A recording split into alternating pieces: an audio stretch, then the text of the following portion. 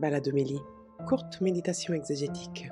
Bonjour, je suis Éric Morin du service biblique et je vous propose quelques instants de méditation à partir de la liturgie du vendredi saint, l'office de la croix,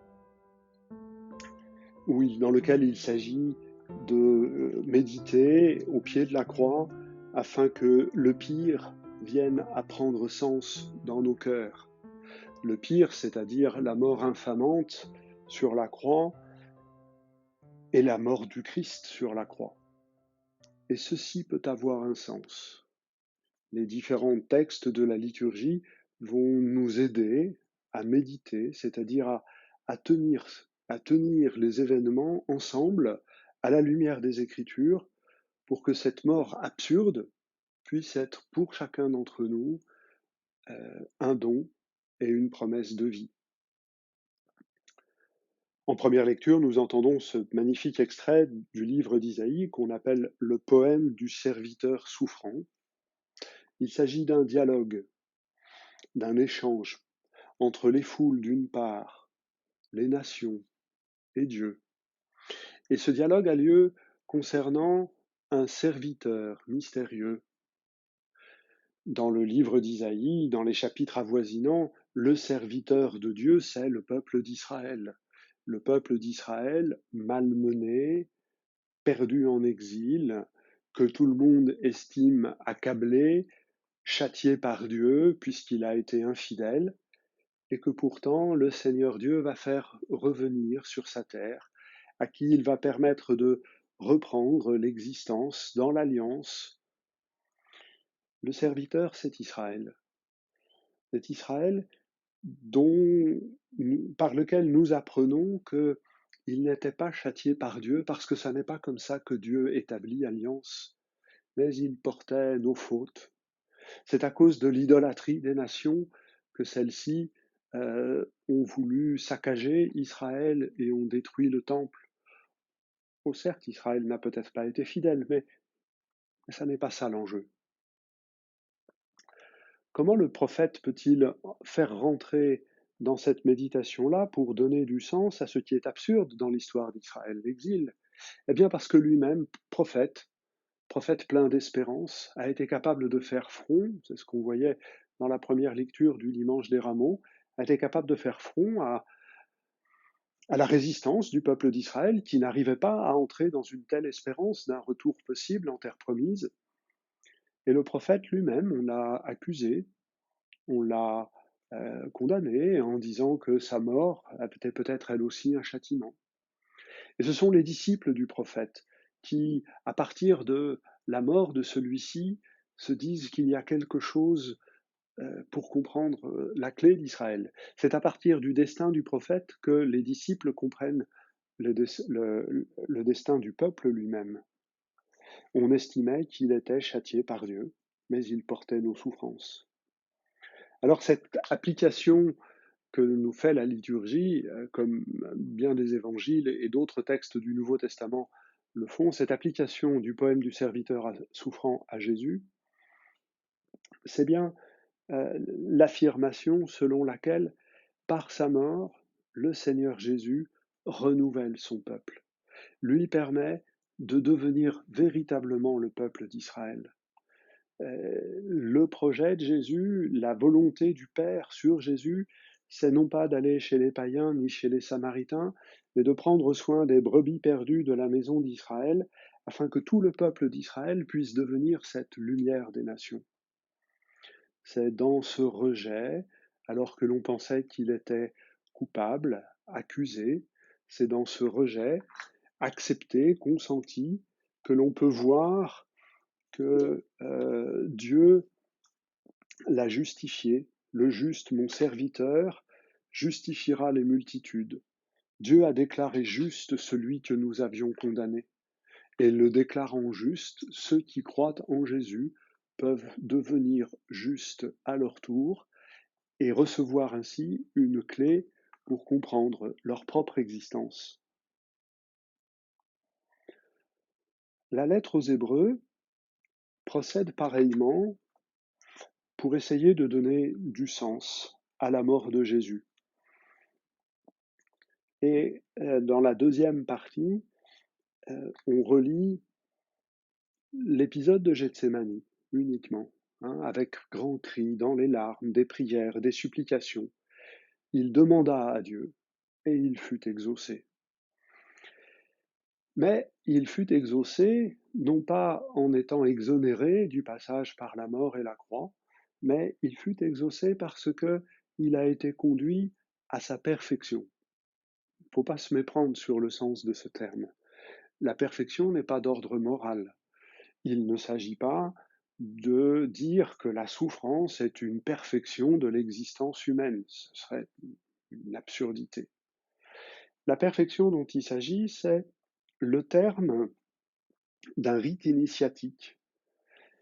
Les prêtres en Israël avaient un certain nombre de rites initiatiques pour lesquels ils devenaient prêtres, exactement comme les rites d'une ordination sacerdotale aujourd'hui, un peu différent. Mais ça se terminait par la remise de l'offrande du peuple de Dieu. Voilà, ils étaient prêtres maintenant, et du coup ils recevaient, c'était le dernier geste, ils recevaient l'offrande du peuple de Dieu, c'était leur perfection. Eh bien, Jésus, dans sa souffrance, atteint la perfection en cette mesure que il peut alors pleinement se saisir de notre humanité souffrante, apeurée par la mort. Et pouvant s'en saisir de cette humanité souffrante, il peut alors l'offrir au Père. Et son offrande fut accueillie, il fut exaucé. La résurrection de Jésus est une réponse plus importante que ce que nous pouvons imaginer, dans la mesure où l'offrande du Fils est agréée. Et le sens de toute la lettre aux Hébreux, c'est justement de montrer, de manière inattendue, de manière totalement nouvelle pour l'époque, que Jésus, tel un prêtre, s'est fait lui-même la victime pour se saisir encore une fois, de cette humanité qui est tenue par la peur de la mort, c'est ce qui est dit au chapitre 2. Et Jésus, ayant peur de mourir, peut prendre cette humanité apeurée par la mort et l'offrir au Père. De manière totalement inattendue pour l'époque, nous y sommes un peu plus habitués aujourd'hui, et encore, la lettre aux Hébreux est une autre manière de chercher du sens à la mort de Jésus. Si l'effort est fait, c'est bien évidemment à la lumière de la résurrection. La mort de Jésus prend du sens à la lumière de sa résurrection. La mort de Jésus peut être regardée comme une libre offrande parce que nous avons la lumière de la résurrection sur ces événements. Nous pouvons souscrire à ce que dit Jésus, ma vie nul ne la prend, mais c'est moi qui la donne, en raison de la lumière de la résurrection. C'est comme ça, je crois, qu'il nous faut entrer dans le récit de la Passion selon Saint Jean. Là encore, comme pour dimanche dernier, avec le récit de la Passion selon Saint Matthieu, tous les événements ont du sens, tous les événements essayent de nous dire quelque chose. Je voudrais donc m'arrêter juste sur un, Marie et Jean au pied de la croix. Marie et Jean au pied de la croix, et la phrase que Jésus dit, Jean, voici ta mère, c'est d'abord la demande de Jésus à Jean, c'est-à-dire à son meilleur ami, de prendre soin de sa mère, de prendre soin de Marie qui n'a personne pour s'occuper d'elle. L'évangéliste Jean est toujours attentif à nous raconter des épisodes anodins à double niveau. Demandant à son meilleur ami de s'occuper de sa maman, Jésus pose un geste qui est celui de la naissance de l'Église. Son ami devient son frère. Voici ta mère. Dans sa mort, Jésus transforme profondément l'humanité, les relations humaines. Ce qui était amitié devient fraternité. Jésus et Marie au pied de la croix, tel que Jean nous le raconte, c'est la naissance de l'Église. C'est la première communauté chrétienne qui reçoit l'Esprit. Là encore, Jean joue sur le double sens des mots. Il dit que Jésus remet l'Esprit, ce qui est une expression tout à fait ordinaire pour dire mourir, mais ce qui est aussi un geste actif. Jésus donne l'Esprit, il le remet à son Père, mais il le donne aussi à Jean, et, enfin le remettant à son Père, il permet à Jean et à Marie de recevoir l'Esprit, de devenir la première communauté chrétienne qui se reçoit de l'union entre le Père et le Fils. Pareillement, quand Jésus est percé, et à son côté percé d'un coup de lance, c'est la reprise de ce qui s'est passé dans le livre de la Genèse. Adam, de son côté, peut se voir mettre devant, enfin, il y a l'épouse d'Adam qui est créée à partir de son côté. De la même façon, l'Église, l'épouse du Christ, naît de son côté où jaillissent l'eau et le sang, symbole du baptême et de l'Eucharistie.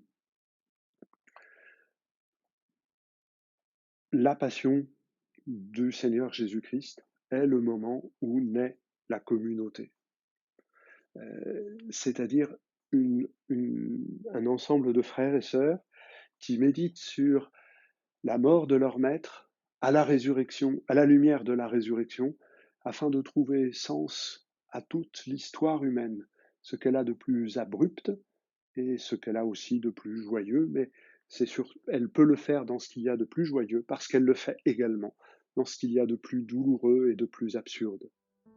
Dans cette célébration de la croix, le pire peut aussi prendre sens.